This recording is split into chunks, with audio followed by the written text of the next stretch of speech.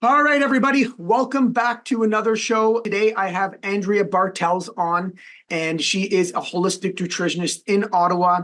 You know, her bio is great because she has worked with clients. She's also been a teacher at the Canadian School of Natural Nutrition, and now she's an educator for a great supplement brand found in Ottawa called Pure Lab Vitamins. I wanted to bring Andrea on because what you guys may not know is she was one of my teachers when I went to school at the Canadian School of Natural Nutrition. But I also think that she has invaluable experience of working with people.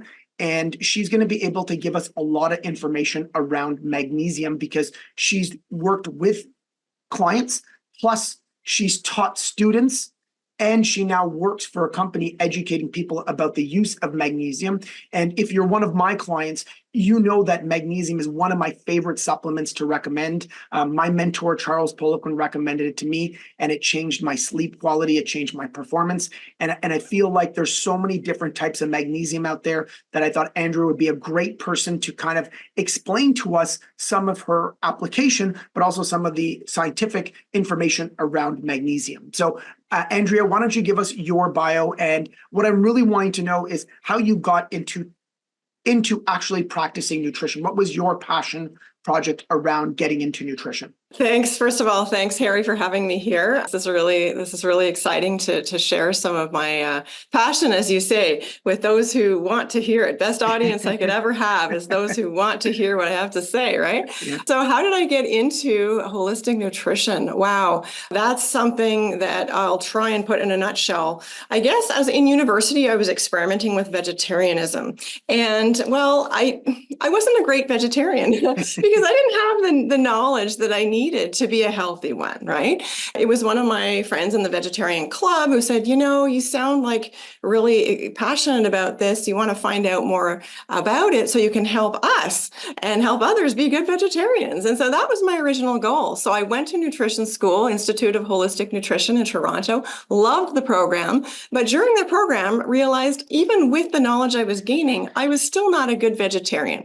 So I swapped out some of my veggie proteins, brought in some animal proteins, started to feel better actually. And I thought, wow, if I can help myself, I can help a lot of other people now. From there, I thought, well, I'm going to do that. I'm going to be available to people who want my expertise in nutrition to help their health. It was no serious personal health challenge. I know a lot of my colleagues talk about that, how they've gone through something really difficult. I didn't have that. I just had, lulls of energy, up and down, yo-yoing of energy. I was always hungry. I was always cold, things like that, right? And so when I learned some basic practices on how to balance my diet in the way that my body liked, again, biochemical individuality means that each of us have different nutritional needs. We all need calcium, we all need vitamin C, and we all need protein, etc. However, we all need different amounts. And sometimes there's no exact science. Nutrition is not an exact science. And much to my dismay, starting out, I really wish that it could be, but it's not. And so there's always a little bit of experimentation that needs to happen with clients. Also, we rely as nutritionists, we can't do any diagnostic testing.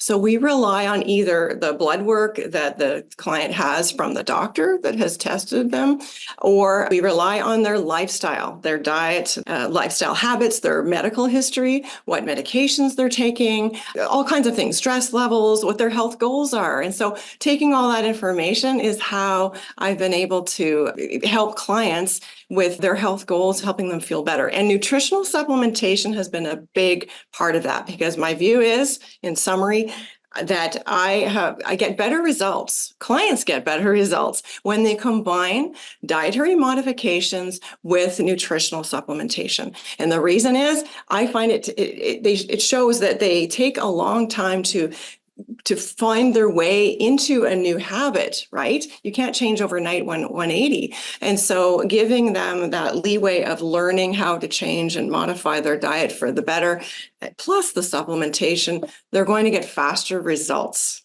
And you've worked with a lot of people. You have won awards in Ottawa. I think you won when did you win the Faces Awards magazine?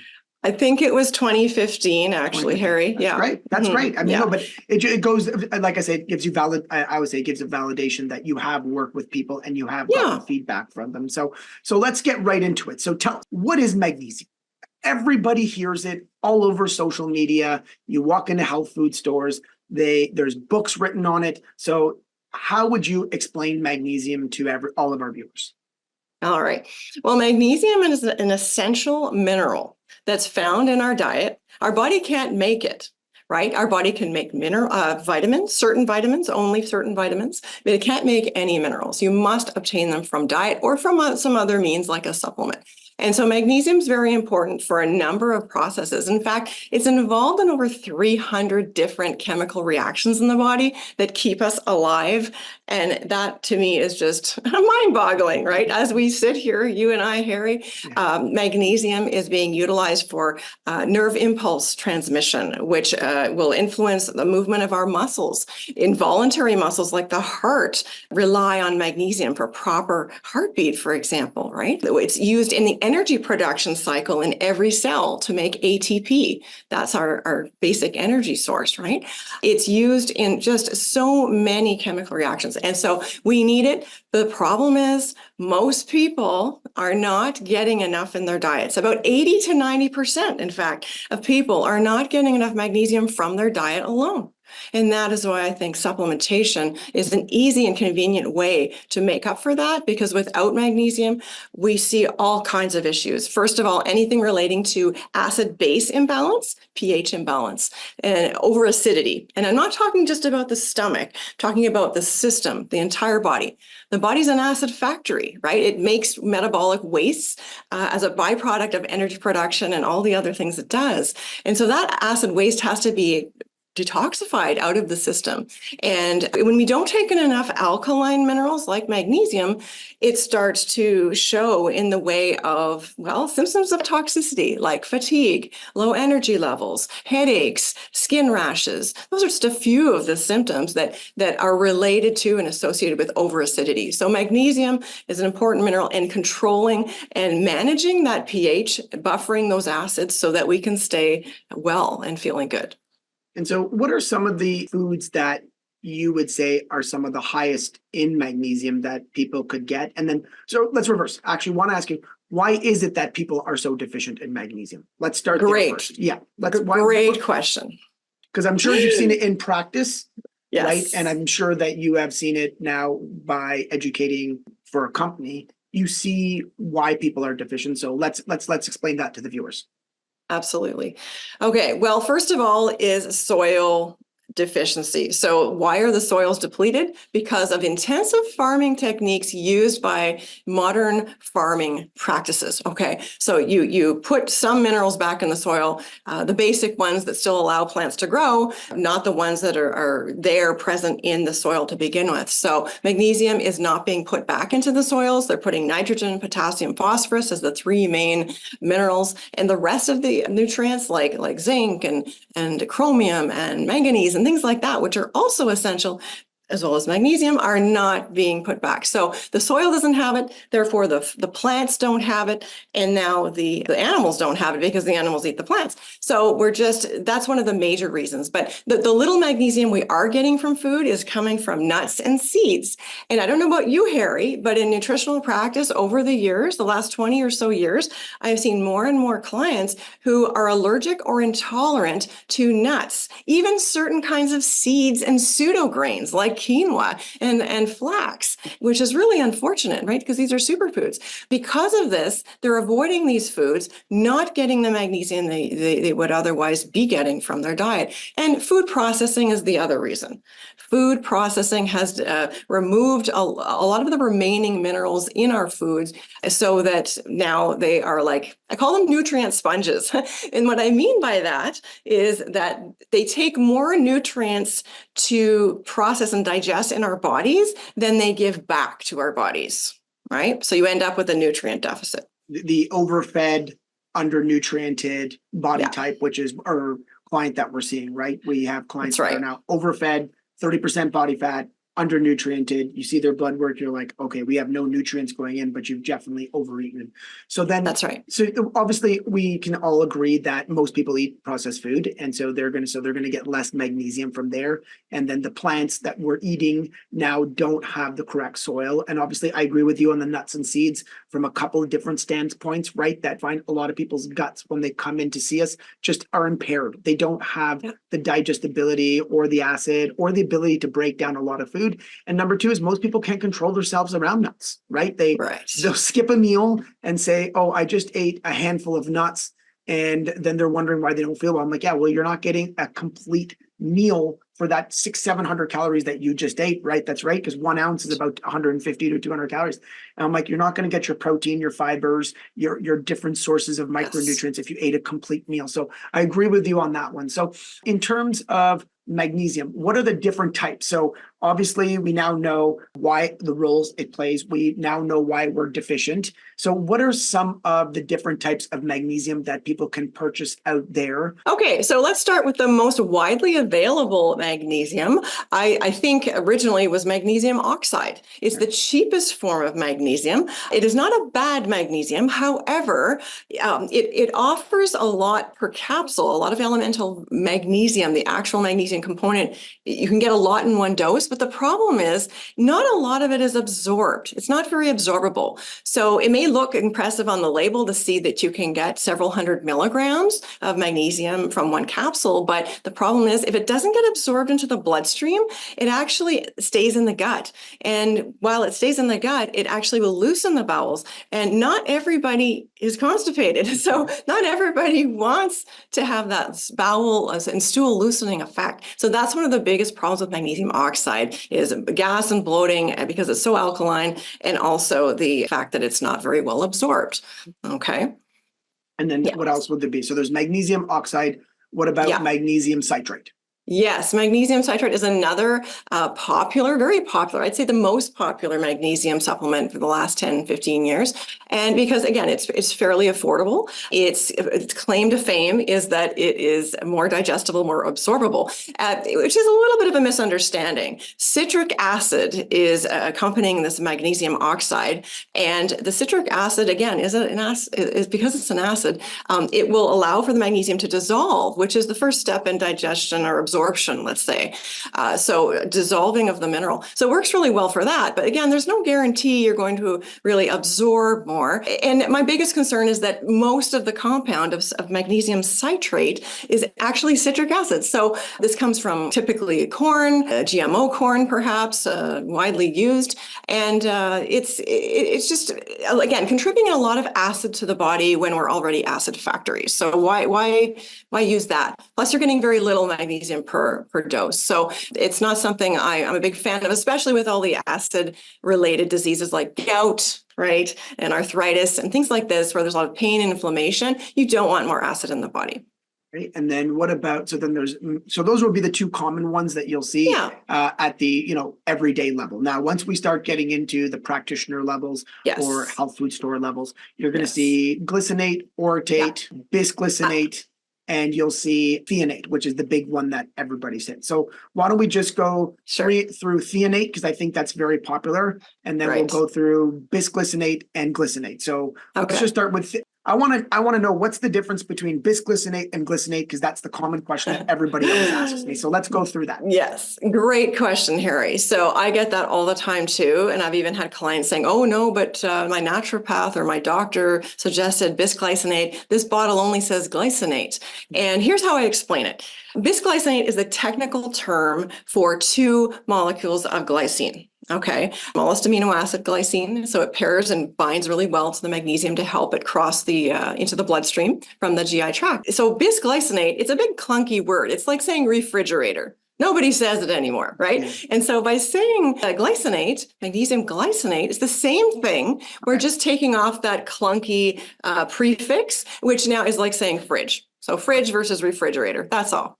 Same stuff. Glycinate, bisglycinate, exactly the same thing. Correct. Good. Yes. All right. And then let's talk about the big one now that everybody's talking about, which is threonate, right? Because lots of podcasts out there are talking about threonate. So what would be the difference between threonate to, let's just talk about what is threonate. Let's just start there. What is Okay, magnesium so threonate? it's actually magnesium threonate. So Oh, sorry, threonate. Sorry. That's my bad. Hey, hey, we are also talking about theanine a lot, right? Yeah. So threonate is actually it's threonine, which is an amino acid, and again, nutritionally good for you. When they bind it or chelate it, so these are all chelates: magnesium glycinate, magnesium threonate, magnesium orotate. They're all chelates. It means the mineral has been bound to an amino acid, which greatly increases its ability to be taken up into the bloodstream. So that's its claim to fame, right? But specifically, magnesium threonate is getting a lot of attention because some of the research has been on individuals with mental, cognitive issues, whether it's insomnia, anxiety, depression, anything that relates to the nervous system. Magnesium threonate has been studied and suggested by practitioners. So there's a lot of studies on it. My big issue with magnesium threonate is really cost. It's exorbitant. Yes. No, compared to magnesium glycinate, which again, glycine being the smallest amino acid bound to the glycine, works just as well in my observation in the vast majority of cases. So why not use something that is cheaper, less expensive, and works just as well, starting with that? And by all means, if dosing up on the magnesium glycinate, a proper quality, partially fully reacted product is not helping, then switching to the magnesium threonate can be helpful for some individuals.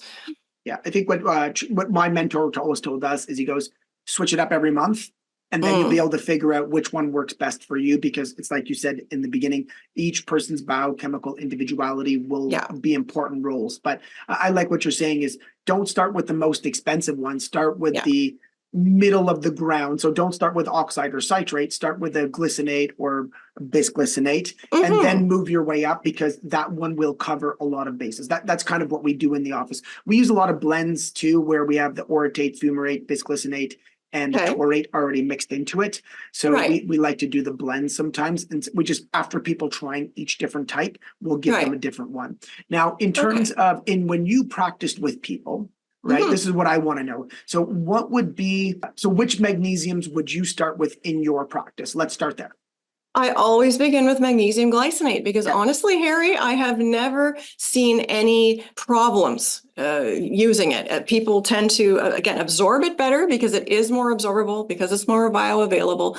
They absorb it well. So regardless of whatever issue they have, whether it's simply constipation or insomnia or anxiety, anxiousness, nervousness, restless leg syndrome, all of this will benefit. What the difference is that simply we need to sometimes increase the dose quite a lot for some individuals before they experience an improvement. But what I love about magnesium in general, when it's well absorbed, it has an obvious effect very quickly, right? It's not something you have to take for 3 weeks and then find out, oh, I think it might be working. No, within 1 or 2 days, often when the dosing is right, the client notices big, positive changes in the way they feel. I remember when I was first given magnesium, they gave me a blend because I used to work late nights. And so my coach gave me orotate and taurate, and he gave me something like 500 milligrams of each. And I slept for 16 hours and I didn't know where I was when I woke up, because he was trying to reset my circadian rhythm. So it is one of those things that you do notice I usually find from our clients, 5 to 7 days, they'll notice an improvement pretty quickly, especially with sleep. So, so what dosage would you generally have seen good results with in your practice? So tell us a starting point, right? Sure. And then give us an example of someone you went really high with. Okay. And how did you titrate that up? I think that's important too. Sure. So most often I give 1 capsule 3 times a day to begin, which is, basically it's what's on the label for our magnesium glycinate. We have 165 milligrams of magnesium, elemental magnesium per capsule in Pure Labs magnesium glycinate capsules and powder. And so 3 of those a day brings you actually up and past the basic RDI, recommended daily intake, which is around 400, 450. So considering most people are starting off in a very depleted state, this is a good amount to begin with. And obviously, again, if they don't see results within a week, then I'll up that dosage. As a practitioner, you and I can feel free to increase the doses that if needed, right? And so here's just a simple example I think a lot of people could relate to. Most people have been constipated at some point in their lives, right? And so I like to tell the story of a client who was a bank manager who came to see me because he had recently sent himself to the hospital because he hadn't had a bowel movement in 1 month. 1 month. So he was in a lot of pain. A lot of pain. Yeah, completely obstructed. Thankfully, after many medical imagery tests and so on, they said, good news, you have no tumors, no serious problems. You're just very constipated. So we're going to give you some serious laxatives and you'll be on your way, literally. Your bowels will be on their way quite soon. And that was true. And he actually was able to check out of the hospital the next day after having some bowel movements. He felt a lot better. And as he was checking out of the hospital, he said to the nurse, is there anything I can do to help prevent this from happening again? And she had actually good advice. It was eat more fiber. However, his case in point, the reason he came to see me is because even after a week of increasing his vegetable intake, his bowels were still only moving once a week. And so he said, I need your help. This can't go on. We started to increase his magnesium. Essentially, again, I went a little higher because of his recent issues. We went 2 capsules 3 times a day. And after 3 days, we increased that even further. We went 3 capsules 3 times. And actually, that's when things really started moving. And in summary, he was able to maintain 1 bowel movement daily, taking 6 capsules of 165 milligrams elemental magnesium per day. So that is higher than what some people need to feel good, to function optimally. But he said, this has changed my life. You have saved my life. And, I'm always a little, I like to turn it around and say, no, you're the one who was open to the changes and you did the changes. I was just your source of information, your coach, your guide, that's how I see myself. And then you did the work. So he was able to maintain healthy bowel movements at that dosage each day. So that's just one example. But I wanted to mention another, if I could, really short one. There are people out there who, and you don't hear this often because it's embarrassing for them to talk about. Even more embarrassing than constipation is a condition where an individual has rectal spasms. And it's like having a foot cramp, but in your behind. Okay. And it's very, very uncomfortable. People are completely incapacitated with the pain. They don't know what to do.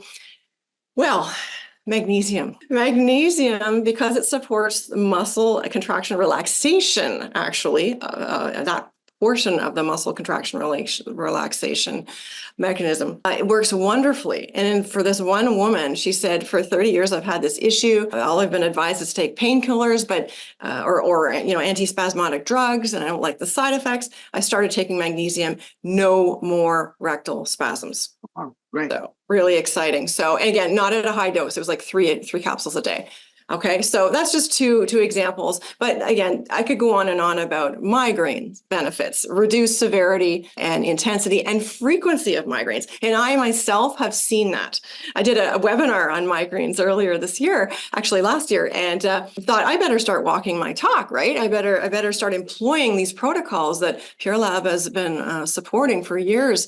I just started to get migraines as part of the whole perimenopausal situation every month, almost like clockwork. And since I've taken my magnesium regularly, I don't miss a day, the frequency is very much reduced, kind of sneaks up on me, and then it's not nearly as bad. So I find it really helpful. Clients too have found it helpful for migraine prevention. Yeah, I take about 1 gram a day myself, and I've checked my scores on my Oura Ring, and it's the one thing that if I don't do before bed. Sorry. So one thing I do notice that when I do it, I always have a better sleep score. I've tried it without it. I've tried it with it. I've tried it at 1 cap. I've tried everything. And that supplement, when I take at 5 capsules nightly, my sleep scores are always higher when I take 1 Right. gram per day. So yes, that's Super. the biochemical individuality that we have. When it comes to using magnesium in terms of my practice, we've seen the same thing, right? Things like migraines, constipation, sleep quality, muscle spasms, muscle cramps, headaches. For women, we've seen their cycle, the health complaints around their cycle actually decrease, cravings will Right. decrease. So Yes. it's kind of really one of those ones that, we can both agree as practitioners that it's a foundational supplement for a lot of people. Even Absolutely. my clients, I've been recommending it since 2005. And to date, it's still one of my biggest recommended supplements because I Right. find that when people go off it, that's the biggest test for me. Ah, We say, let's just try it for a month, then let's go off it for a couple of weeks.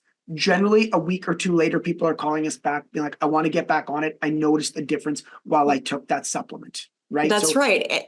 I love that, actually. And it reminds me to point out that something I explain to my students, explain to clients, is that a supplement really only works for while you're taking it, right? It's like my glasses. I wear glasses to correct my vision, right? I've been wearing them for over 30 years. And when I remove the glasses, I lose the correction, right? It doesn't matter that I've been wearing them for 30 years. If I don't use them, I can't see. And so same thing with supplements. There are very few supplements that I can think of, even medications that I can think of, that actually can be only used for a short time to fix something, and then you don't need it. So to get consistent benefits, you need to take the product consistently. That is how it works, right? And so I just want to be really clear about that. So for the clients who aren't going to take it breakfast, lunch, and dinner, could they take it, 1 in the morning, 2 at night, or 3 in the morning? Absolutely. How do you feel about that? Because sometimes magnesium can cause a little bit of relaxation. So if they took all 3 in the morning, would that be okay? They could. I prefer spreading it out. Like I say, 2 capsules, especially when, again, I'm dealing with or talking about the Pure Lab magnesium, 165 milligrams of elemental magnesium per capsule, 2 at a time. Any more than that, and you may not absorb all of it, right? It's like that with protein too, right? As you know, I mean, you can take 60 grams of protein in a shake, but you're not going to absorb it all, right? So same thing. Spreading it out increases your ability to absorb it, and it will increase your ability to tolerate it bowel-wise. So even magnesium glycinate at high doses can cause loose stool, and it'll be different for everybody. But that's actually the turning point to tell you, okay, I've absorbed everything I need. I can just cut back by 1 or 2 capsules, and you arrive at your ideal dose. And that brings me to another point, Harry, that I do not want to omit. And I think it's the fact that people who think they don't need magnesium because they feel fine. Well, what is fine? What is feeling good? What is feeling okay? Some of us get so used to feeling not good that we forget what great feels like. Do you see that? 100%. Yeah. So it's like, they go for weeks or months or years feeling okay. They don't realize, and they've forgotten how much more energy they could possibly have. And it's not until they start implementing and employing these supplements in their daily life, whether it's magnesium or something else, that they give themselves a chance to return to that, feeling of how they once felt, because it's easy to forget when it's been so long since we felt good, right? I give the analogy, you pulled up in a fully loaded Honda Accord. My job is to get you feeling like you're Ferrari, and then we figure out how to drive a Porsche every day. And the majority of clients, after driving the Ferrari for a month, will always say, wow, I didn't think I could feel like that, right? See, but the thing is, most people are trying to drive a Ferrari, then next day they're driving the Honda, next day they're back and forth every other day, to the point where they just say they don't notice a difference. But when they actually do it for 30 days or 40 or 60, 70 days, and they're consistent with it, they really can tell the difference between everything. So, okay. So in terms of magnesium, Frank, omit this. I forgot the question. I had a question. Shoot. Dosage. You were going to ask me about testing. Testing, that's right. So yes. So, okay. So in terms of, you made a great point there that people say they feel fine. What are ways or blood work or things that they can do to find out if they're magnesium deficient? What are some things that they can look into with their doctor or blood work that they can track to see if they're deficient in magnesium? Okay, so here's the really important thing. Blood is not always a good indicator of body stores of a nutrient. So sometimes it is, right? Sometimes it's not. And meaning certain nutrients can be tested accurately in the blood, others aren't. Magnesium is one that is not accurately measured through blood work. And the reason is only 1% of the magnesium in our bodies is actually in our blood at any given time. So most of it is in the tissues, in the bones, in the muscles, in the soft tissues, the organs, right? So looking in the blood to assess magnesium status is really silly. Okay. Urine is also a silly place to look. So there is no good blood test that is agreed upon for measuring magnesium. So as a nutritionist, what I can do as a practitioner is, again, look at the things that the people tell me, like symptoms and signs, right? They say, oh, I get a lot of headaches. I have a lot of joint pain. I have fatigue. My energy is not what it used to be. My blood sugar is elevated. My blood pressure is elevated. Now, these may not be due to magnesium deficiency alone, but these are all things that can benefit from additional magnesium, that if it was on the low side in their body stores, rectifying and improving that, they're going to see some improvements across the board in those types of symptoms. And then they say, I feel better. So what you're saying is you talk to your client, right? You talk to the client to say, hey, these are the 10 different complaints you're having. I think that this supplement might be something that we can try and see if these health complaints can lower in severity or go away, because in your experience, you've probably seen that. Right. Yeah, I think based on what you're telling me, client, you may benefit from taking extra magnesium. So are you interested in finding out how that could improve your health, right? Because food alone will not do it. You're not a squirrel. You're not going to consume, cups and cups of nuts per day. So let's get it through food, supplement, because food alone is not going to cut it. And so obviously you working for a company, you get some negative feedback too from magnesium of things that happened, right? So can you share one or two, or maybe even 3 different types of negative reactions that people could get from magnesium? Because we both know that there's going to be that 5%, the outliers. Yeah. We have it in our office too. If we sell about 10 supplements per day, one comes back getting a negative reaction. So you're like, sure, so what would be one of those? Right. So the most common one is going to be loose stool. And that is usually if someone comes in saying, oh, I tried magnesium, I suggest it to them, but then they say, oh, I tried that and it gave me diarrhea.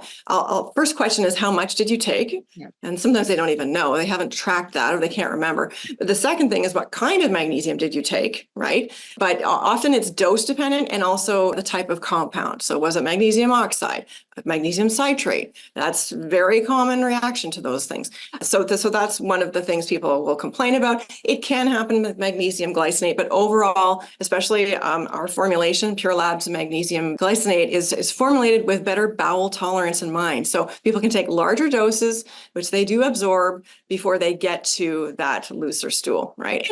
That's the main common thing. Rarely, and this is very rare, I can think of 2 clients ever who've had this reaction to magnesium glycinate or magnesium in general, is heart palpitations, right? What does that tell us? Well, doesn't mean that magnesium is bad for them. I simply lower the dose. I also will make sure their calcium and magnesium balance is correct, right? Again, it's not an exact science, but if they're drinking like a liter of milk every day or no milk and no calcium intake, it might throw things off, right? So that's rare. The third thing I've seen is lowering of blood pressure, where the individual may not require that, but because magnesium relaxes the muscles, it also relaxes the arteries. And so the blood has more room now to flow. And with that more room, it reduces the pressure of the blood on those blood vessels. So if a person already is or tends to have a low blood pressure, they might notice a little bit of fatigue, nausea. But again, I can't stress how rare this is, but I have seen it. And in that case, what I'd rather do rather than lower the magnesium intake, because they obviously need it for other reasons, is I like to increase their water intake, increase their sodium intake in the case of low blood pressure, hypotension. Yeah. The only other one I would add that we've seen in our office is it keeps them awake at night. And I probably get that once every 3 months with clients where they just say, hey, I took it at night. And I just said, okay, let's switch it up. So yeah, that's those 3 things that you've said I've experienced, as well as the other one is, it kept me up at night. So I said, okay, we just move it to the morning and it gives them a little bit more energy throughout the day. So which is better. Well, that's it. And that's the funny thing about magnesium. It's an essential mineral that relaxes the nervous system, but it also, again, each of us is biochemical individual, as we've mentioned, but also the other thing is that it's involved in energy production. So if that's the machine that's sort of, grinding not to a halt, but really kind of struggling, and then you load the body with magnesium, it'll start working really well. And so maybe it will elevate energy levels. And so therefore taking it earlier in the day is the solution. This is great. This has been great. I think this is a really good Yeah. place for people to be able to understand more about magnesium. So if people want to learn more about magnesium, how could they get a hold of you? Where would they find you? Sure. Well, they can email me at andrea@purelabvitamins.com. I'm happy to answer questions from consumers, customers, clients, everyone, even staff in stores. That's what I do for Pure Lab. I do a lot of training of other professionals, whether it's retail or practitioners, on the products and what makes them unique. So I'm happy to take any questions from anybody about magnesium, any other question about nutrition in general. So. That's great. Well, I appreciate your time. I appreciate you sharing your experience. And obviously you have been a part of thousands of nutritionist journeys. So I thank you, because your knowledge and your experience and your teaching style really helped me. And I know that it's helped a lot of other colleagues that I talked to, that they really enjoyed your classes. So thank you for doing that. And I thank you for continuing us to take time to teach us more about magnesium. So thank you. You're welcome. You're very welcome, Harry. Thanks for having me on your show. All right. Have a good day now. You too. Bye-bye. Bye-bye.